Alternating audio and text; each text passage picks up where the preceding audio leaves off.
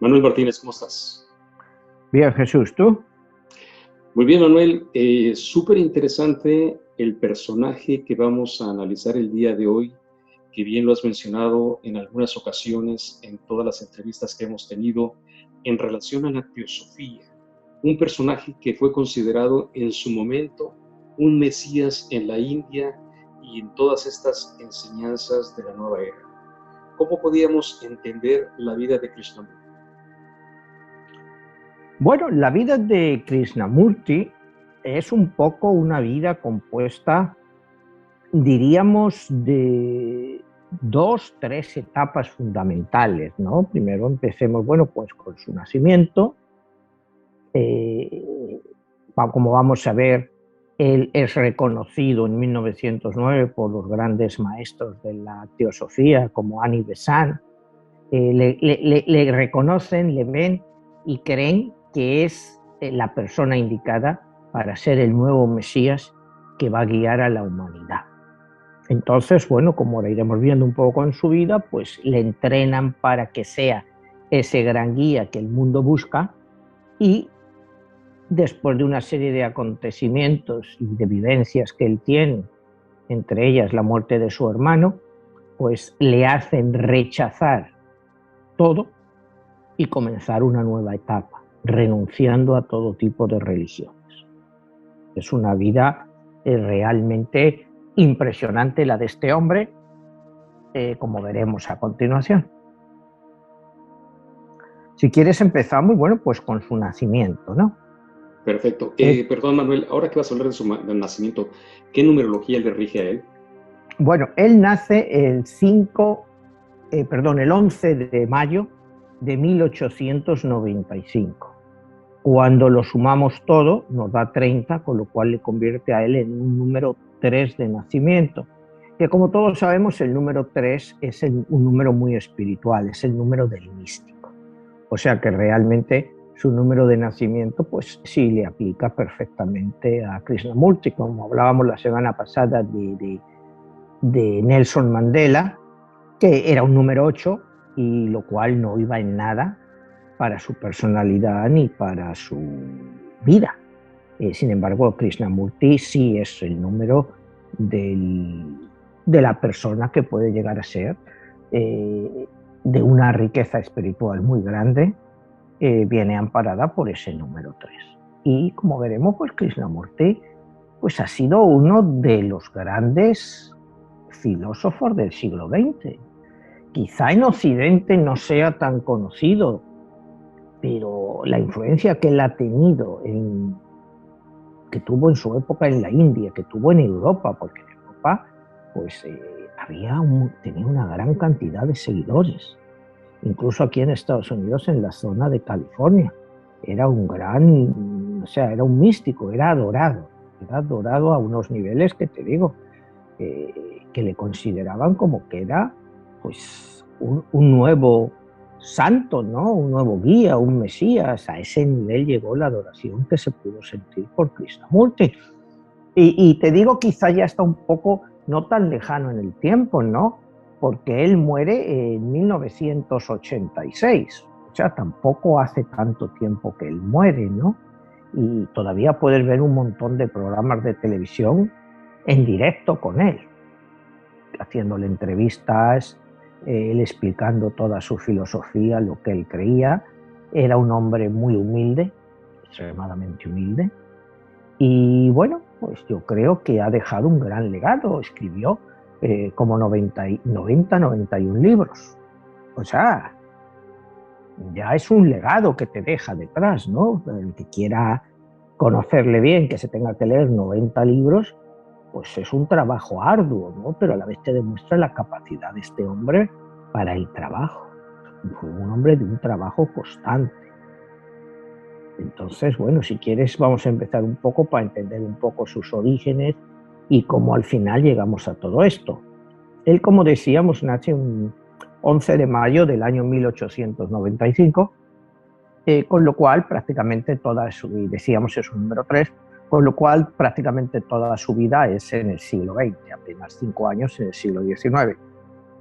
Años de niñez Él vivía ahí en la India y, bueno, era una familia estilo de la época, ni rica ni pobre, ¿no? O sea, como hemos hablado muchas veces, cuando hablábamos de Mandela, que venía de una tribu que bueno, que para mucha gente pues era pues, muy rico, pero en realidad pues no lo era tanto. Pues Krishnamurti es un poco de lo mismo, ¿no? Es una familia de clase media-baja en la India, y para entender eso pues hay que entender un poco lo que es la India y la gran población que tiene y la miseria que acumula. Entonces, pues dentro de lo que cabe, nace en esa familia, la madre muere pronto, cuando él es muy niño.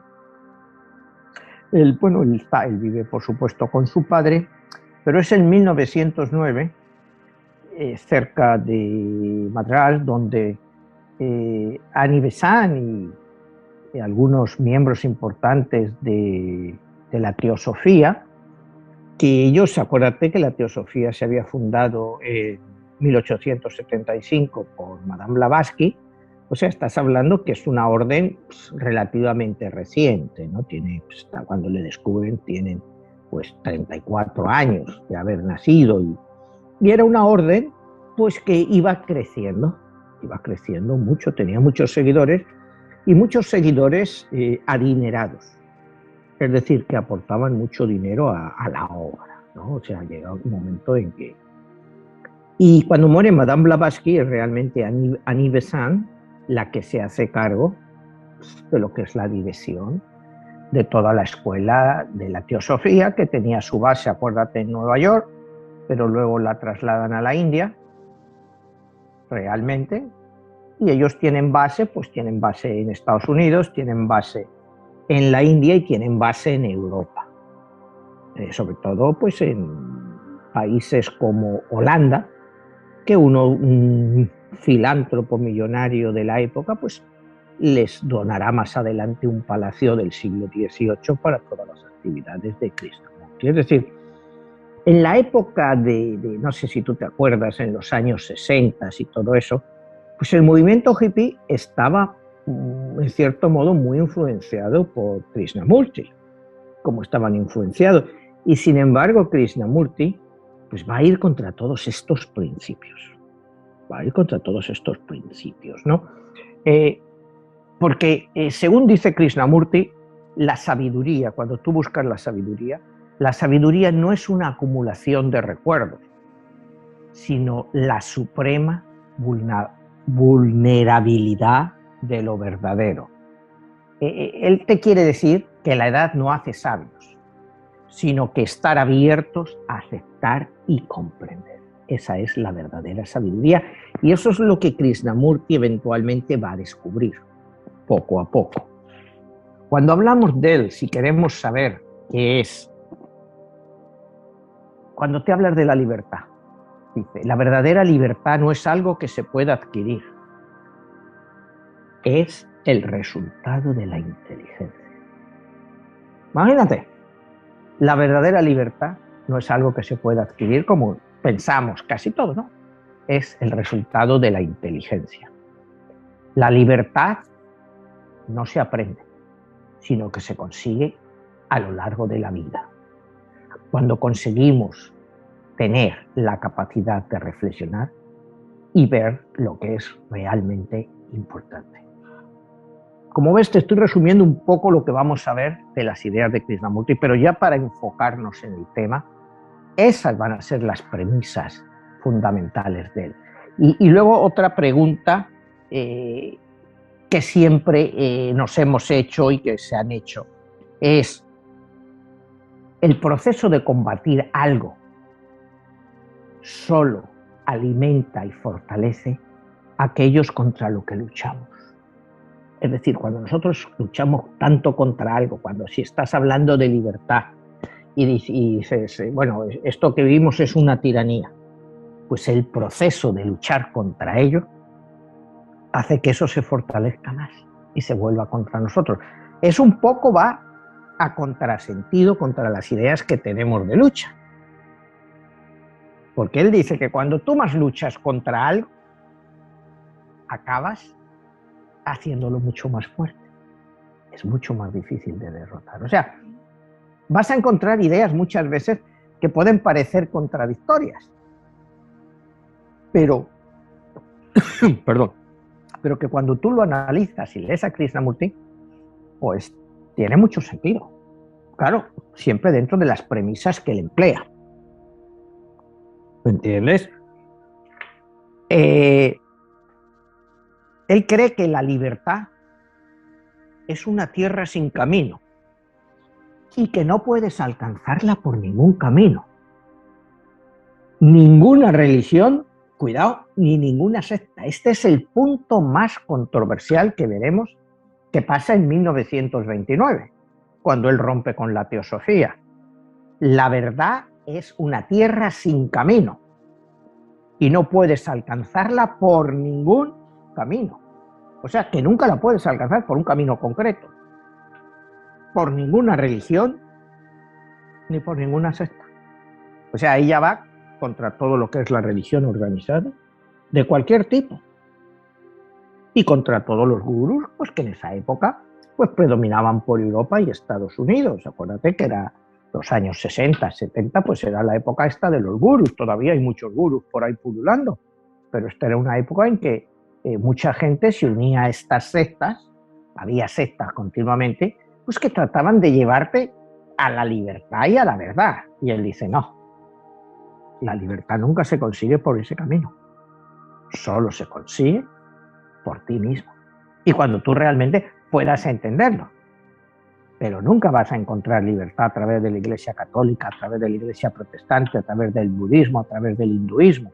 La libertad no está en los templos. Ni Dios está en los templos. Dios está en la naturaleza. Si tú quieres entender a Dios, mira el océano.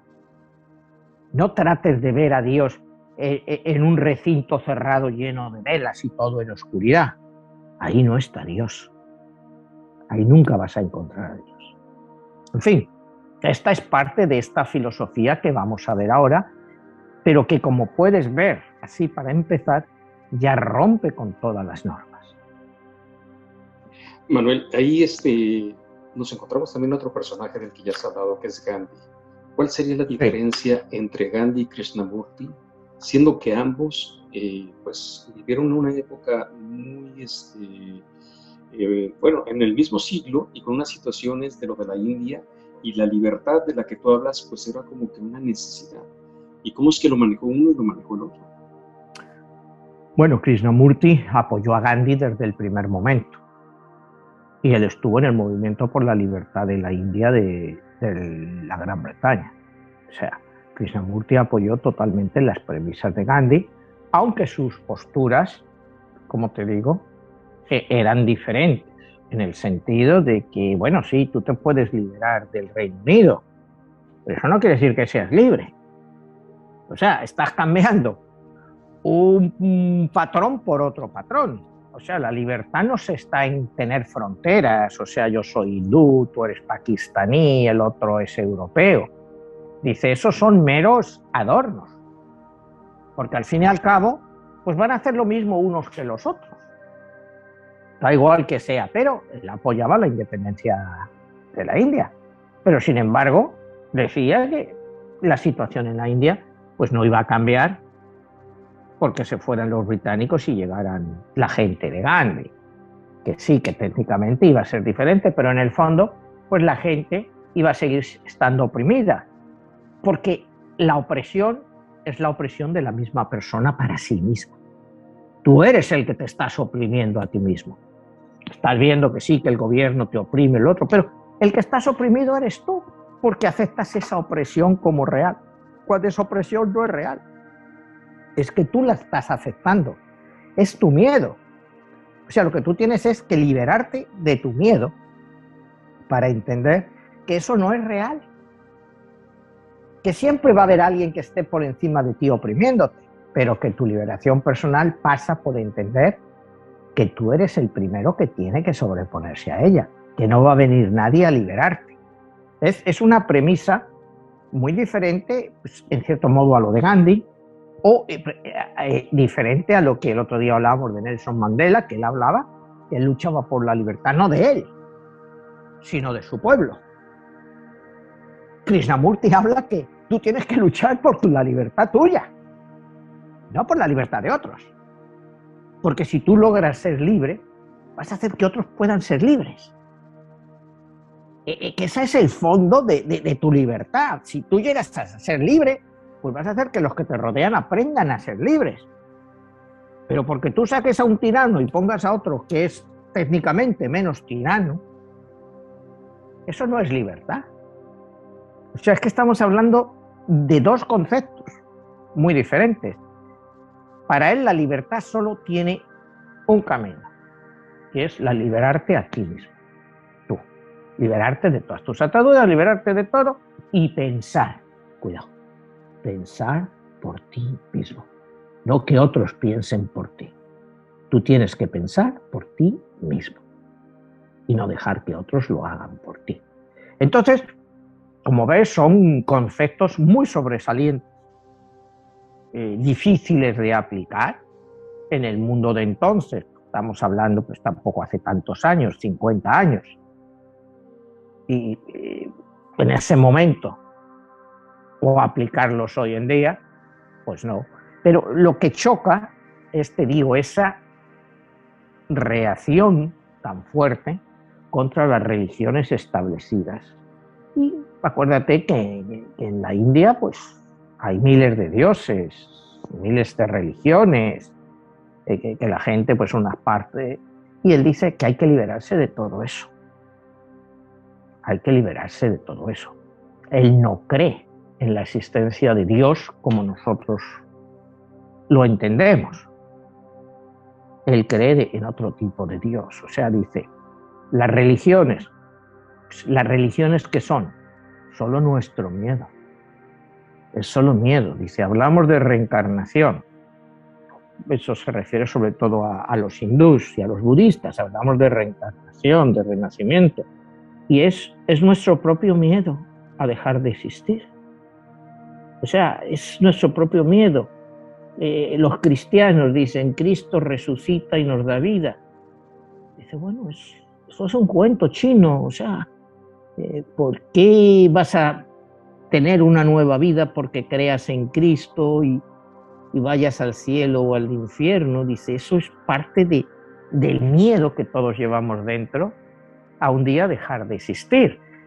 Y precisamente por tener miedo a dejar un día de existir, dejamos de existir hoy, en el día a día, que es lo único que tenemos delante. Nos pasamos la vida pensando en el futuro, en hacer planes para el futuro, y no vivimos el hoy. No vivimos el hoy. ¿Qué es ese hoy? Pensando en el mañana, si no podemos aprovecharnos mientras estás joven, mientras tienes todavía fuerza, para pensar en lo que va a ser tu futuro. ¿Qué te importa el futuro si no eres capaz de vivir el presente?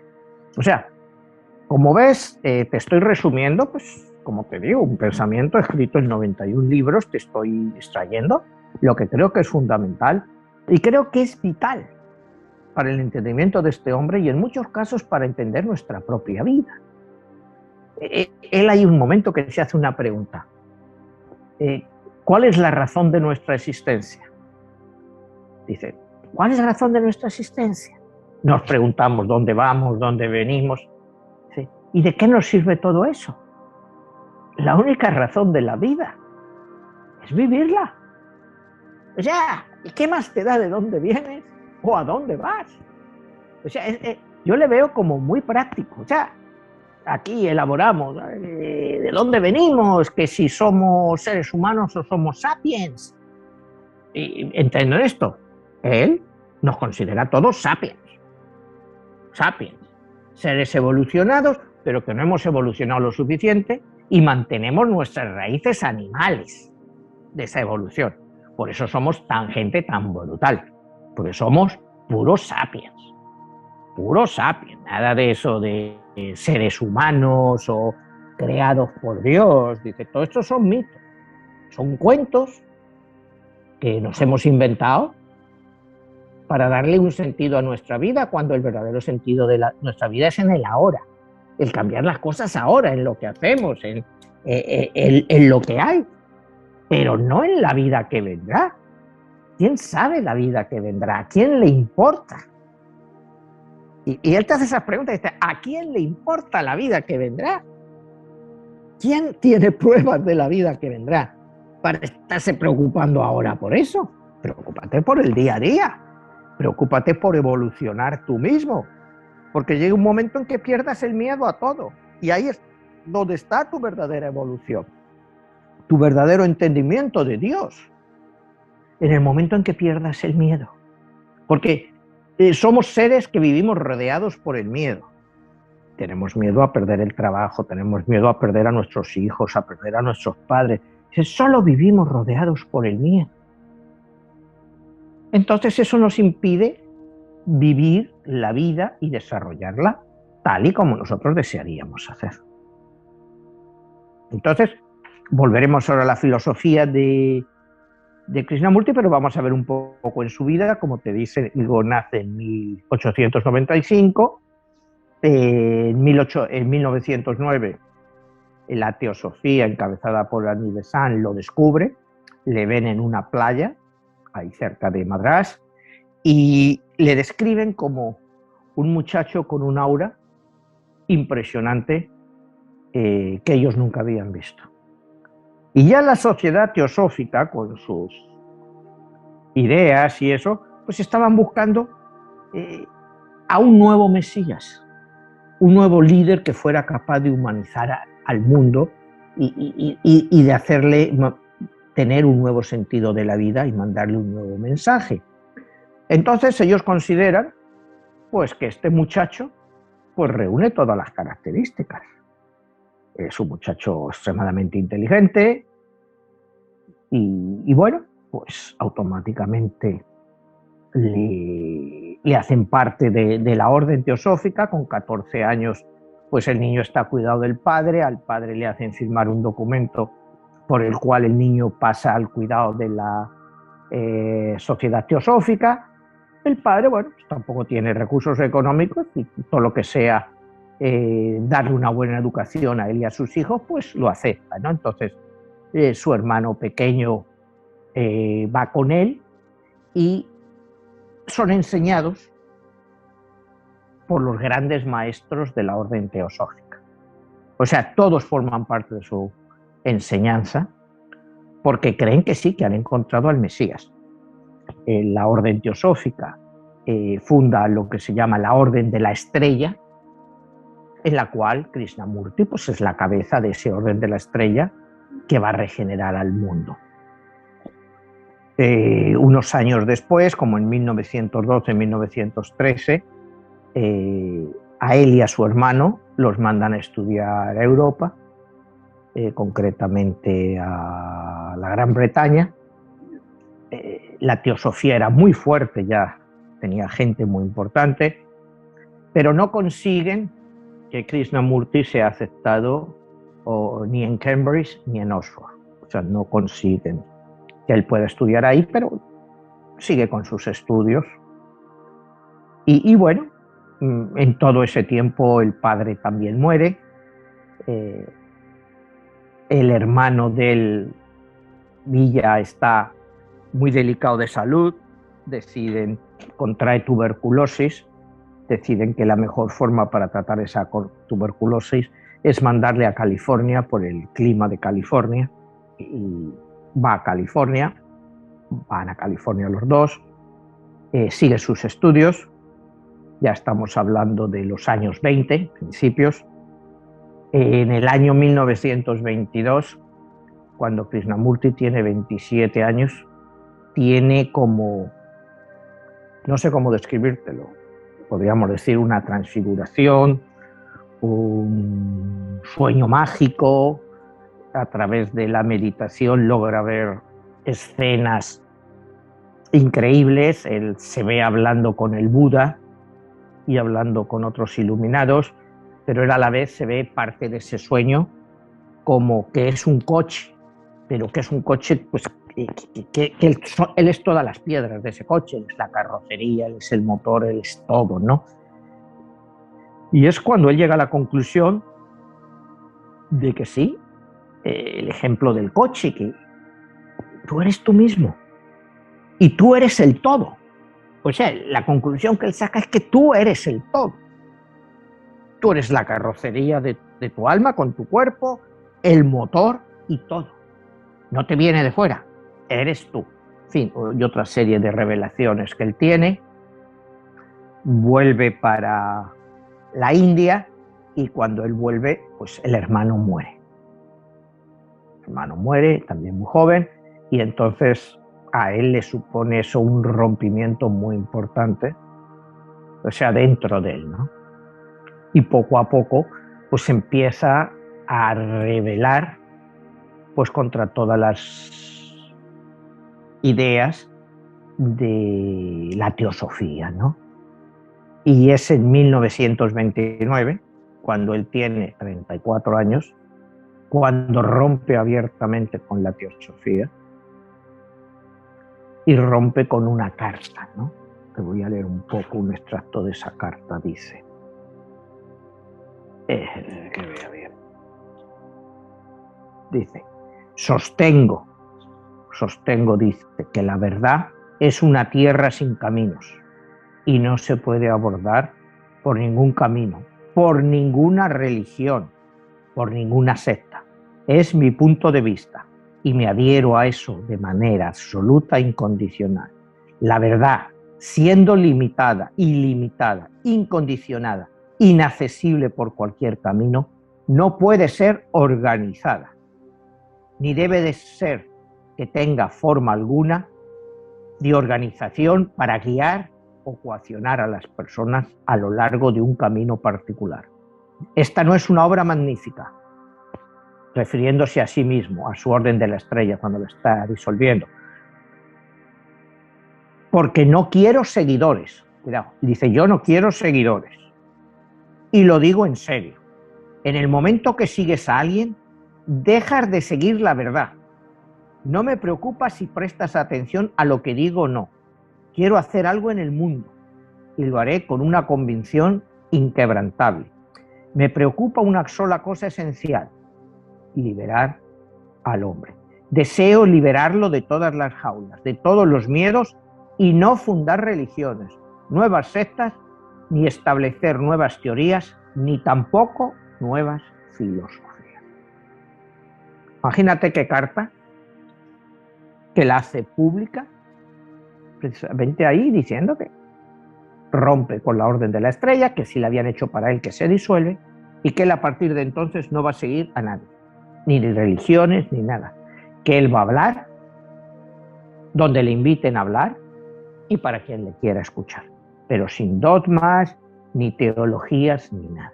Él solo va a decir lo que él cree que es la verdad y cómo encontrar esa verdad.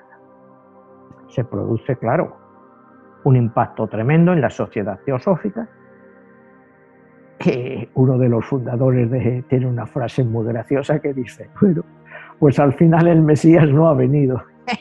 Ellos, claro, ya le planteaban como el Mesías y el tipo, bueno, al final, pues no ha venido. Bueno, como diciendo, pues habrá que buscar otro, ¿no? O sea, porque ya te vas dando idea, pues de que ellos, la teosofía, lo que buscaba era eso, hacerse una gran religión, de una forma u otra, de seguidores, de gente. Y Krishnamurti, pues era su cebo. Pero al final, este Mesías, él dice, ni soy el Mesías, ni se le espera. O sea, él no es Mesías de nada. Él es una persona que trata de buscar su verdad, pero su verdad interna. Manuel, en este caso él hace algo histórico, ¿no? Porque normalmente todo este tipo de religiones o de grupos que surgieron en el siglo XX, que se hicieron tan importantes y, como bien lo dices, en Estados Unidos generaron pues tal impacto que se volvieron parte de la contracultura, ¿no? Con la parte hippie, y se volvieron pues grupos verdaderamente que transformaron toda una época. Y en este caso, que él haya roto con eso, pues hizo otra ruptura en el sistema y nos abrió un panorama yo creo que antes visto, ¿no? O sea, como que se volvió un disidente a unos niveles inesperados, ¿no? Claro, él, porque es que, como tú dices, un disidente, es que él va contra todo y contra todos. Él no deja títere con cabeza, porque no salva a nadie, es cualquier cosa que esté organizada en busca de la libertad, no sirve, no sirve. Dice, como te decía antes, ni si te vas a ver a Buda, si te vas a ver a Krishna, si te vas a ver a las historias, a las teorías del cristianismo, de Cristo. Dice, no, todo eso son fábulas, cuentos de niños, para quitarle el miedo a la gente, porque la gente tiene mucho miedo. Entonces, eso les ayuda a superar ese miedo, pero es una superación totalmente ficticia, no es real, porque tú sigues con el miedo, la condena, la vida eterna, el fuego eterno. Y me parece que todo es eterno. Y mientras esperamos a la eternidad, nos consumimos aquí en la tierra. O sea, es que tiene muchas cosas que es que tiene sentido lo que dicen, ¿no? O sea, tú ves en este mundo, hay gente que se pasa la vida pensando en el más allá. Tú ves, pues, las iglesias cristianas, ves todos los monjes, todos estos, todo el día encerrado, en el budismo, pues lo mismo. ¿Y en qué piensan? Bueno, en liberar el espíritu. Pero él dice, bueno, pero ¿liberar el espíritu de qué? ¿De qué estás liberando tu espíritu? La misión en esta vida es vivirla. Déjate de historias de a dónde vienes y a dónde vamos. Eso no te lleva a ningún sitio. Lo único que te lleva a algún sitio es el ahora y el hoy. Y el mañana ya vendrá, porque nadie sabe lo que es el mañana. Y a él, cuando estaba en la teosofía y todo eso, pues querían hacerle un poco un visionario del futuro. Y dice, bueno, la visión del futuro, pues es imposible predecirlo, porque el futuro cambia día a día. Pero una cosa que sí dice a principios de los años 80, cuando todavía no sabíamos que íbamos a estar así, es que un día los humanos iban a ser superados por las computadoras, que todas las computadoras iban a dominar el mundo y no los humanos, y que los humanos íbamos a ser presas de esas computadoras. Estás hablando de finales de los 70, principios de los 80. Nadie pensaba en esa época que pudiéramos tener la tecnología actual, de que todos fuéramos tan dependientes de los teléfonos, de los iPads, de las computadoras. En esa época era impensable. Y sin embargo, él ya fue un visionario que lo dijo. Dijo, el ser humano va a ser superado por eso. Va a llegar un momento en que ya el hombre no tenga nada que decir en toda esta historia, lo van a decir las computadoras por él. Y se ha llegado a eso, como hemos visto, ¿no? Y lo vio, pero lo predijo, pero sin ser como él decía, que él veía el futuro. Emanuel, ¿ahí tú crees que él estaba haciendo mención de una esclavitud virtual como la que hoy en día vivimos? Claro, claro, él hablaba de eso, de un mundo controlado todo por las computadoras y que nosotros íbamos a ser parte de ese sistema sin darnos ni siquiera cuenta de ello, ¿no? Y él creía, pues, como te digo, en el valor de la amistad, en el valor de la amistad. O sea, para él la amistad era algo muy importante. Él dice, dile a tu amigo que en su muerte una parte de ti muere y va con él. Vaya donde vaya, tú también vas, no estarás solo. O sea, él dice que estamos unidos a las personas que verdaderamente queremos y valoramos, incluso más allá de la muerte. Y yo creo que este es un concepto, pues, es muy cierto. O sea, hay personas, pues, que se van de tu vida y a la cual vas a estar unido a pesar de que ya no estén contigo, porque la memoria es lo que queda. ¿Y qué te queda de alguien que se ha ido? Pues esa memoria. Pero si tú mantienes viva esa memoria, mantienes viva esa persona. O sea, me parece que tiene mucho sentido, ¿no? Dice, no repitas después de mis palabras que no has entendido. No repitas, no digas que después de lo que yo te lo he dicho, no me digas que no he entendido. No te pongas meramente una máscara de mis ideas, porque eso es una ilusión. y estarás mintiéndote a ti mismo. Pues ahora estamos hablando, tú me dices sí. Lo que nos pide es pensar por nosotros mismos. Es lo que Krishnamurti nos dice, todo lo que yo te he dicho. No digo, es que este tipo es muy complicado, no lo entiendo. Dice, mis palabras no son complicadas. Tú te pones una máscara. Pero lo que yo te estoy diciendo es muy fácil, muy sencillo, muy lógico, y tú sabes que en el fondo lo que te estoy diciendo es cierto, porque para transformar el mundo debemos empezar por transformarnos a nosotros mismos. Lo que es importante para empezar a transformarnos nosotros mismos es la intención. ¿Realmente queremos transformarnos? ¿O solo hablamos de transformarnos? Vamos a poner ahora todo la cosa esa que tenemos con el cambio climático. Todo el mundo habla de que si vamos a arreglar esto, el cambio climático, vamos a hacer lo que podamos. Pero ¿quién realmente lo hace? O sea, ¿tú crees que se va a cambiar el sistema productivo por el cambio climático? Pues es como una máscara que nos ponemos y te apuntas a un grupo de estos de ayuda, una ONG de estos para el cambio climático, le das $20 y ya crees que has cumplido. Pero te estás mintiendo a ti mismo. Eso es lo que nos viene a decir. Tú te estás mintiendo a ti mismo. Porque sabes que esto no es así. Sabes que eso no es así, ¿no? Entonces, él dice que lo que importa, sobre todo mientras es joven, es no cultivar la memoria, sino despertar el espíritu crítico, el análisis. Pues solo así se puede llegar a comprender el significado real de un hecho, en vez de racionalizarlo.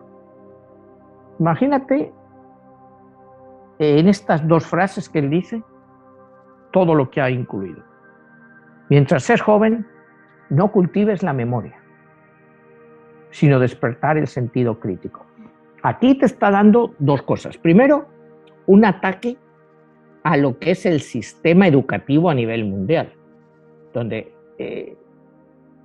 cultivas la memoria, tienes que recordar datos, fechas y cosas de esas para pasar los exámenes, para hacerlo todo. Pero no agudizas tu espíritu crítico. Dice, la memoria. ¿Qué es la memoria? Pues, en muchos casos, pues estás aprendiendo cosas pues, que nunca te van a servir en la vida. Pero si tú desarrollas tu espíritu crítico y el análisis, vas a llegar a conclusiones mucho más claras, que no se adquieren en un aula. Lo importante es comprender y dudar de las cosas que se nos presentan, no memorizarlas o aceptarlas como son. Hay que analizarlas, criticarlas. Si a ti, otra vez vuelve a las religiones y es lo que le causa grandes problemas. Si te dicen pues que Cristo resucitó al tercer día, bueno, puedes creerlo o no creerlo, pero tienes que llegar a una conclusión lógica de eso. Pues no es imposible que Cristo resucitara al tercer día, como te dicen las escrituras de los cristianos, pero ¿puedes racionalizar eso? ¿Eso te puede servir a ti como norma de vida? Puedes llegar a creerlo, pero tienes que racionalizarlo. O sea, no basarte en que está escrito en un libro sagrado, porque no hay libros sagrados. Cuidado, esa es otra de las... No hay libros sagrados. Los libros han sido todos escritos por hombres, buscando una serie de ventajas o de manifestaciones a su favor. Pero no hay una cosa así como un libro sagrado, porque no los hay. Nosotros les damos la categoría de sagrados, pero bueno, vale, ¿y por qué el Bhagavad Gita es más sagrado que, no sé, algo que ha escrito un muchacho de 15 años después de una gran reflexión? ¿en qué se basa en decir que el Bhagavad Gita es más sagrado? O sea, él no le ve sentido. Dice, porque ese muchacho ha llegado a esa reflexión a través de sí mismo. El Bhagavad Gita no sabemos a través de quién ha llegado. Y ahí está, y es un libro sagrado. Bueno, allá tú, con tu crítica, ¿no? Lo que crees o lo que no crees, pero tienes que ser crítico, analítico. Y eso es lo único que te va a hacer libre. Todo lo demás, no, nunca te va a hacer libre, te va a sentir atado y sobre todo va a agudizar tu miedo. Estás enamorado. Así que él dice, amar no es pedir algo a cambio. Incluso no sentir que estás dando algo. Y ese es el único amor que conoce la libertad. Si tú amas, no tienes por qué esperar algo a cambio. Porque entonces ya estás siendo egoísta. Y ese amor no debe de ser egoísta. El que de verdad ama no exige nada a otro. Va contra ni siquiera ser amado. Bueno, que ya estás hablando de conceptos muy fuertes, diríamos. Bueno, oye, si yo amo a este tipo y él dice que ya no, pues, ¿qué tipo de amor es ese? Lo que miraríamos en esta sociedad. Y él dice, bueno, que eso es absolutamente innecesario, que para ti, con que tú ames, eso es suficiente. Si la otra persona te corresponde, pues mejor todavía.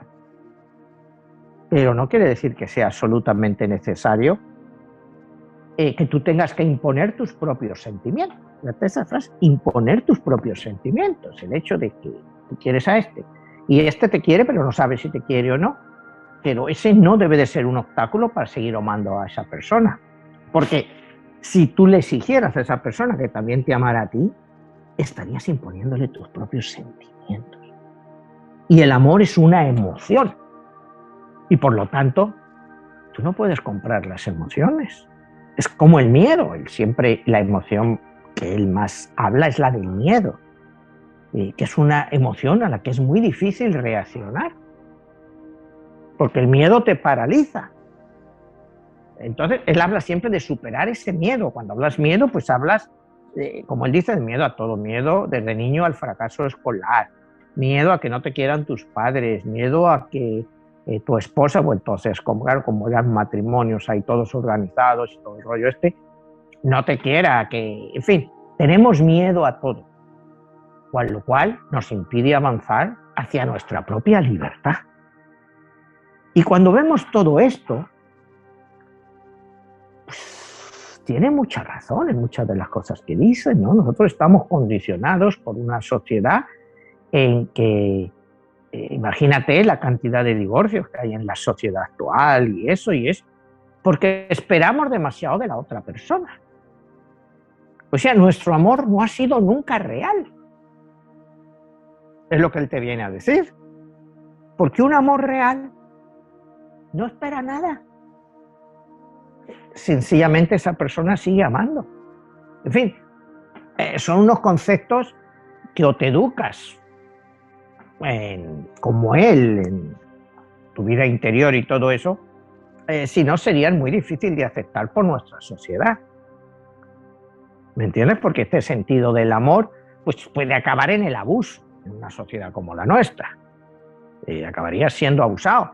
Y entonces pues ya irías contra otra de las premisas de él, que no puedes dejarte abusar, no puedes tener miedo de eso, tienes que liberarte de eso. Si tú das todo a una persona y esa persona pues se aprovecha de ese amor, pues entonces quizá tu amor sea verdadero, el de la otra persona no, pero vas a seguir amando indefinidamente a esa persona como él indica. Es un poco fuerte, ¿no? O sea, él nunca se casó, no tuvo hijos, entonces cuando estás hablando de ese tipo de personas que lo dedican toda la meditación al mundo interno, pues quizás sea más fácil hablar así que para una persona que vive en la sociedad nuestra actual, pero muchas de las cosas sí son todavía aplicables. ¿Tú crees, Manuel, que él se pueda considerar como un anarquista de las religiones? Y ahí viene la pregunta, ¿por qué lo consideraste tú en tu libro? Bueno, yo le considero a él, pues porque él es un revolucionario en las ideas, ¿no? Es un revolucionario en las ideas. Una persona, tú dices, un anarquista. Pues sí, en cierto modo, él va contra todo lo que está establecido en cuestión de religiones. Cuidado, estamos hablando de religiones. Él, como te vuelvo a decir, no cree en ninguna religión. No cree que ninguna religión tenga la verdad de nada. Porque la verdad está solo dentro de ti. Y tú eres el que algún día eventualmente la encontrarás. Ni la vas a aprender en el Bhagavad Gita, ni la vas a aprender en los Upanishads, ni la vas a aprender en la Biblia, ni en el Nuevo Testamento. No. La verdad la vas a aprender tú por tu propio convencimiento. Y lo otro, pues no te va a servir absolutamente de nada, porque son unas personas tratando de motivar a otras para llevarlas a su fin, a lo que ellos quieren conseguir. Y ahí la palabra que has usado de anarquismo, pues sí, porque el anarquismo quiere acabar con todo lo que está hasta ahora construido, pero en el ámbito político. Él sí podría ser un anarquista que trata no de destruir, porque él no trata nunca de destruir nada, pudiéramos decir desprestigiar a todo lo que hay establecido, porque según él, pues nada tiene ningún valor. Nada tiene ningún valor. Él te dice, uno nunca tiene miedo de lo desconocido. Uno tiene miedo de lo desconocido, de lo conocido, llegando a su fin. Y eso es muy cierto en nuestras vidas. Dices, tenemos miedo a lo desconocido. Pero no, él te dice, tienes miedo a que lo que es conocido hasta ahora llegue a su fin. Entonces, fíjate el concepto. Para que venga algo desconocido, lo conocido tiene que llegar a su fin. Y a eso es a lo que tú tienes miedo, no a lo desconocido. Claro, a todo el mundo tiene miedo a perder, pues, o bien tu clase social, tu trabajo, tu forma de vida. Y dices que tengo miedo a lo desconocido. No, tienes miedo a que se acabe lo conocido. Es lo que él te indica. Y tiene mucha razón en la forma de expresar eso. Porque lo desconocido no sabe qué es. Tú sabes lo que puede ser el fin de lo conocido. ¿Me entiendes? Esas precisiones que él hace. Él te dice, cuanto más te conoces, más claridad hay. El autoconocimiento no tiene final. No alcanza un logro. No llegas a una conclusión. Es un río sin final. Y es a lo que él va. Es que mientras más ahondas en ti mismo, pues mejor vas a llegar a conocerte. Y vas a entender realmente lo que realmente buscas. Lo que pasa que en las sociedades en que vivimos, pues eso se convierte en prácticamente imposible por la cantidad de obligaciones que nosotros tenemos, ¿no?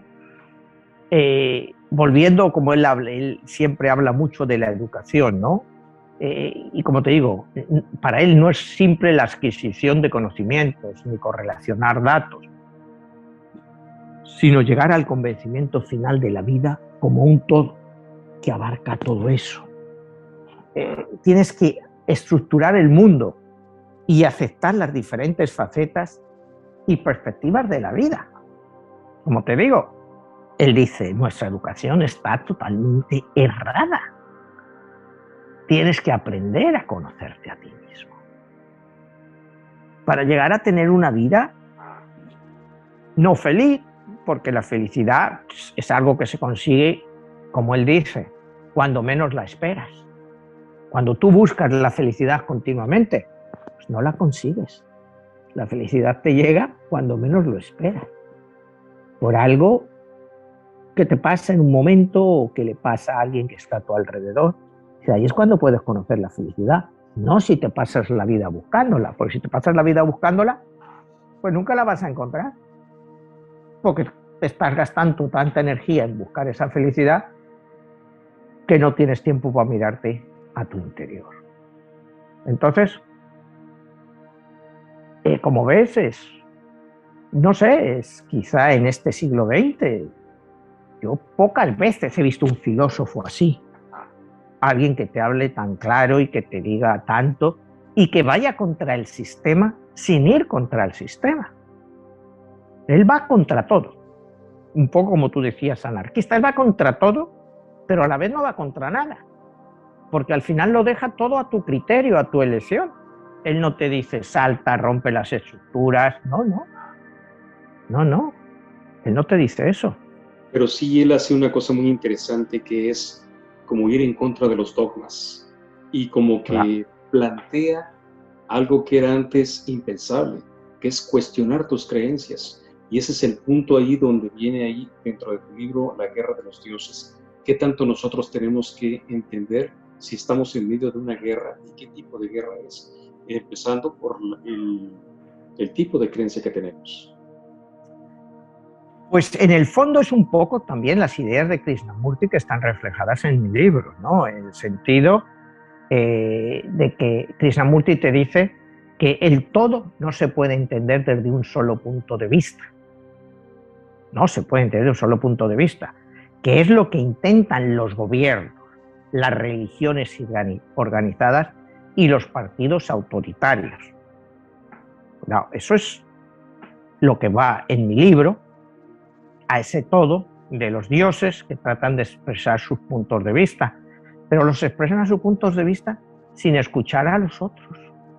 Y aquí es lo que te dice Krishnamurti, la verdad no va a estar en los gobiernos, ni en las religiones organizadas, ¿no? Ni en un solo punto de vista que te pueda imponer un sistema autoritario. La libertad no va a estar en la revolución rusa con los soviéticos. Eso no es libertad, ni es verdad, ni es nada. Es simplemente un gobierno autoritario imponiendo sus creencias al resto.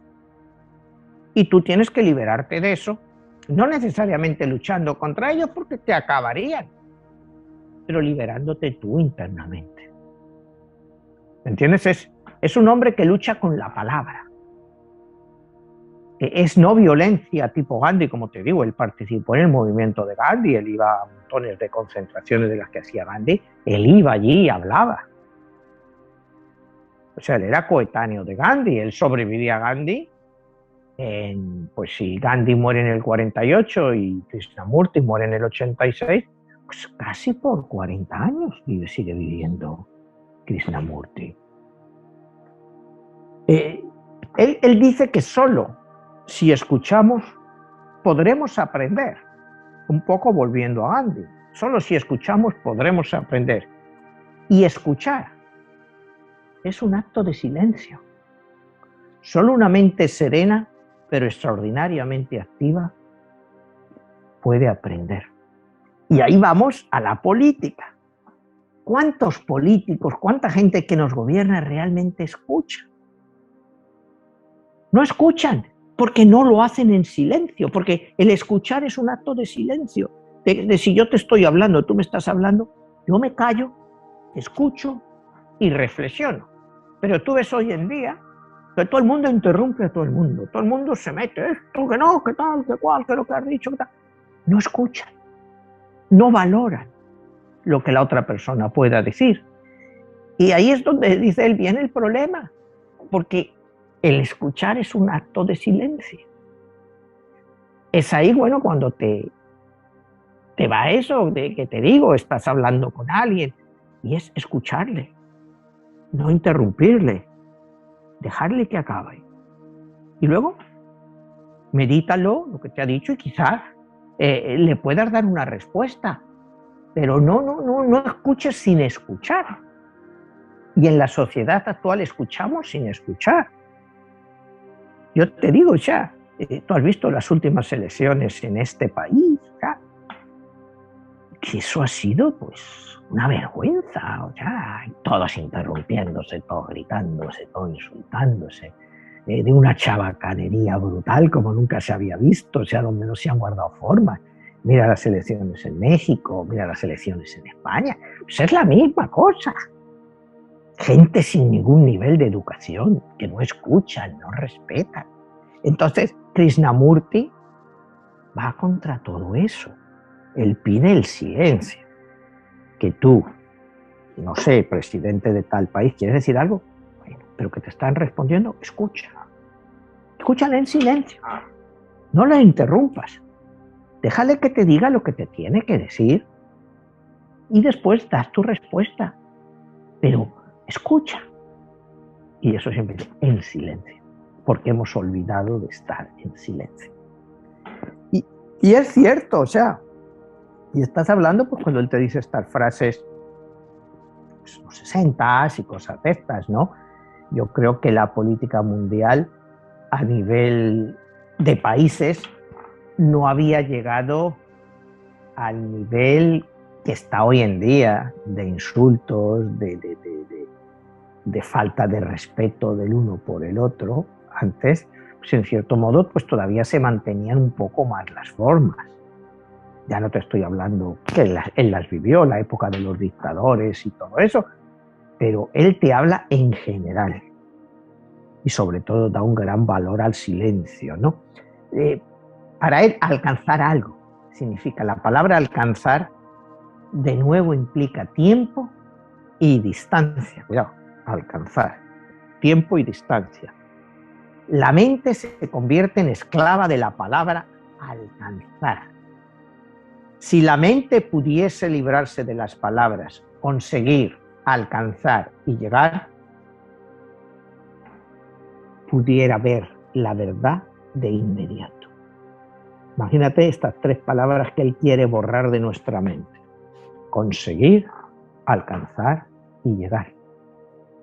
En la sociedad actual en la que vivimos, ¿quién no quiere conseguir, alcanzar y llegar? Entonces, en cierto modo, ¿ves? Ahí es donde veo yo ya un poco de excesivo beneficio de la buena gente. O sea, pensar que la gente no quiere conseguir, alcanzar y llegar, pues es estúpido en el mundo en que vivimos. Todo el mundo quiere alcanzar algo, quiere el mundo conseguir algo, quiere llegar a algún lado, en cualquier estrato social en el que te encuentres. Y él dice que para realmente poder entender la verdad, tienes que olvidarte de esas tres palabras: conseguir, alcanzar y llegar. Un concepto que le fue muy criticado, precisamente. Y como tú dices, el movimiento hippie, pues automáticamente, pues ni queremos conseguir, ni queremos alcanzar, ni queremos llegar a nada. Queremos ser libres así. La contracultura de la que tú mencionabas antes. Pero desgraciadamente todos sabemos que el mundo no funciona así. Si tú no quieres conseguir, alcanzar y llegar, va a venir otro detrás que va a decir: yo sí quiero conseguir, alcanzar y llegar. Y si te tiene que dar un palo, te lo va a dar. Y se va a sonreír y te va a decir un poquito de todo, ¿no? Y te va a llamar encima imbécil, ¿no? Oye, Manuel, ya perfilándonos al final del programa, insisto en esa parte donde él vino quizá a desprogramar a la sociedad, al ser humano, a la religión, a la política, y como tratar de hacer un reseteo de lo que es el potencial del ser humano. Absolutamente. Pero otra vez volvemos a lo mismo, ¿no? Él te dice que la religión de todos los hombres debe de ser creer en sí mismos, en el potencial. Es un nuevo, como tú dices, resetearte, pensar de una forma diferente. Pero desgraciadamente somos casi 8.000 millones de sapiens. ¿Cómo reseteas tú a todos estos sapiens? Tú dime cómo los reseteas. Primero, ¿quién se va a poner a escuchar a Krishnamurti? No sé ahora cuántos de nuestros telespectadores han oído hablar de Krishnamurti, porque yo esta mañana estaba hablando con un amigo mío y dice: ¿de qué vas a hablar esta semana? Digo: de Krishnamurti. ¿Krishna qué? ¿De quién es este tipo? ¿Krishna qué? O sea, no lo conocen, o sea, no es una persona que su filosofía haya influenciado, como hizo la filosofía de Gandhi en un principio, a los gobernantes, pero que les influenció de una cierta forma, pero luego se olvidaron de ello, pero sí tuvo influencia. El cristianismo pues tuvo su influencia, pero ahora a quién le importan los principios cristianos, ¿no? O sea, la gente los utiliza, pero los mal utiliza, porque realmente no están ahí. Ya la gente en eso dice, yo soy cristiano, yo soy budista, yo soy musulmán, pero la gente ni sabe lo que es ser budista, cristiano o musulmán, sencillamente son apellidos que nos ponemos para hacer lo que podamos hacer en esta vida o lo que nos dejen hacer. Es como él lo ve, ¿no? Él te dice, ¿sabes cuándo te llega la inspiración? Cuando no la estás buscando. Llega con toda la expectativa de algo totalmente nuevo y de repente, cuando te llega esa inspiración, tu mente y tu corazón se tranquilizan porque no la estabas buscando.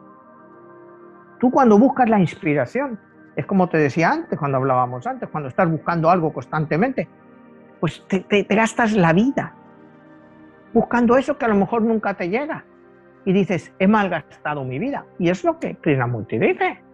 Vive el momento. Sé feliz con lo que tienes. Y la felicidad, ese yo interno que buscas, pues te va a llegar en un momento cuando menos te lo esperes. Si lo buscas constantemente, pues no lo vas a encontrar. Y eso va contrario a todo lo que nos han enseñado de las religiones. O sea, si tú estás siempre buscando la salvación del alma, tal, igual, bueno, no sé cómo la vas a encontrar, ¿no? Y él te dice que aprender de uno mismo requiere primero humildad, requiere no asumir que conoces algo. Se trata de aprender de uno mismo desde el principio y nunca acumular. O sea, tú puedes ser una persona, Jesús, muy leída, has acumulado muchos conocimientos. Bueno, ¿y de qué te sirven si no los aplicas? O sea, tú puedes haber acumulado mucho en tu vida, pero ¿de qué te sirve toda esa acumulación? Esa es la idea de él. Tú puedes acumular riquezas, puedes acumular todo lo que quieras, pero de poco te sirven al final si solo vives para ellas. Eso es un mensaje pues muy común en todos estos en este mundo, ¿no? Como él te dice, no es un signo de buena salud el estar adaptado a una sociedad profundamente enferma. O sea, podemos decir, coño, es que yo vivo muy bien, estoy en una sociedad tal, pero es que él dice, la sociedad está enferma. O sea, si tú estás bien adaptado en una sociedad enferma, es porque eres un enfermo. Porque la sociedad, mira lo que son las sociedades actuales en el mundo. Son sociedades totalmente enfermas. Esto lo dice hace 50 años, pero hoy en día es lo mismo. O sea, ¿en qué ha cambiado las sociedades? Unas desigualdades brutales, gobiernos duros, dictatoriales, cada vez vamos más a eso. Son sociedades enfermas. ¿Que estamos bien adaptados a ellas? Bueno, pues está bien, nos hemos adaptado a ellas, pero no dejamos de estar enfermos. Interesantísimo todo esto y estas reflexiones que quizá hoy en día nos hacen falta para volver a, pues a reflexionar, ¿no? Los tiempos que vivimos y las circunstancias. Y si vivimos en una sociedad enferma, imagínate el impacto que estamos teniendo a nuestro entorno y la toxicidad que estamos haciendo a nivel de nuestro estilo de vida, ¿no? Consumismo, depredación ambiental y mucho deterioro en el ser humano, ¿no? O sea, ¿cuál es el futuro de las siguientes generaciones? Así que bueno, pues Manuel, hemos llegado al final del programa. Nuevamente, ¿dónde podemos escuchar y ver todo, dónde te pueden contactar las personas? Bueno, pues mis libros y todos estos programas, los libros los pueden comprar tanto como en inglés como en español o en audiolibros, pues todos en Amazon, en cualquier parte del mundo. Estos programas nuestros pues se pueden escuchar toda la serie, que ya tenemos más de 50 programas, en Spotify y escribirme, bueno, pues a las direcciones que tú vas a poner al final del programa. Pues muy bien, Manuel, te agradezco muchísimo y bueno, pues tremendo programa y ojalá que las personas se inscriban, dejen comentarios y nos dejen saber qué tema les gustaría escuchar aquí próximamente. Y bueno, pues nos estaremos viendo. Hasta la próxima. Hasta la próxima, Jesús. Gracias.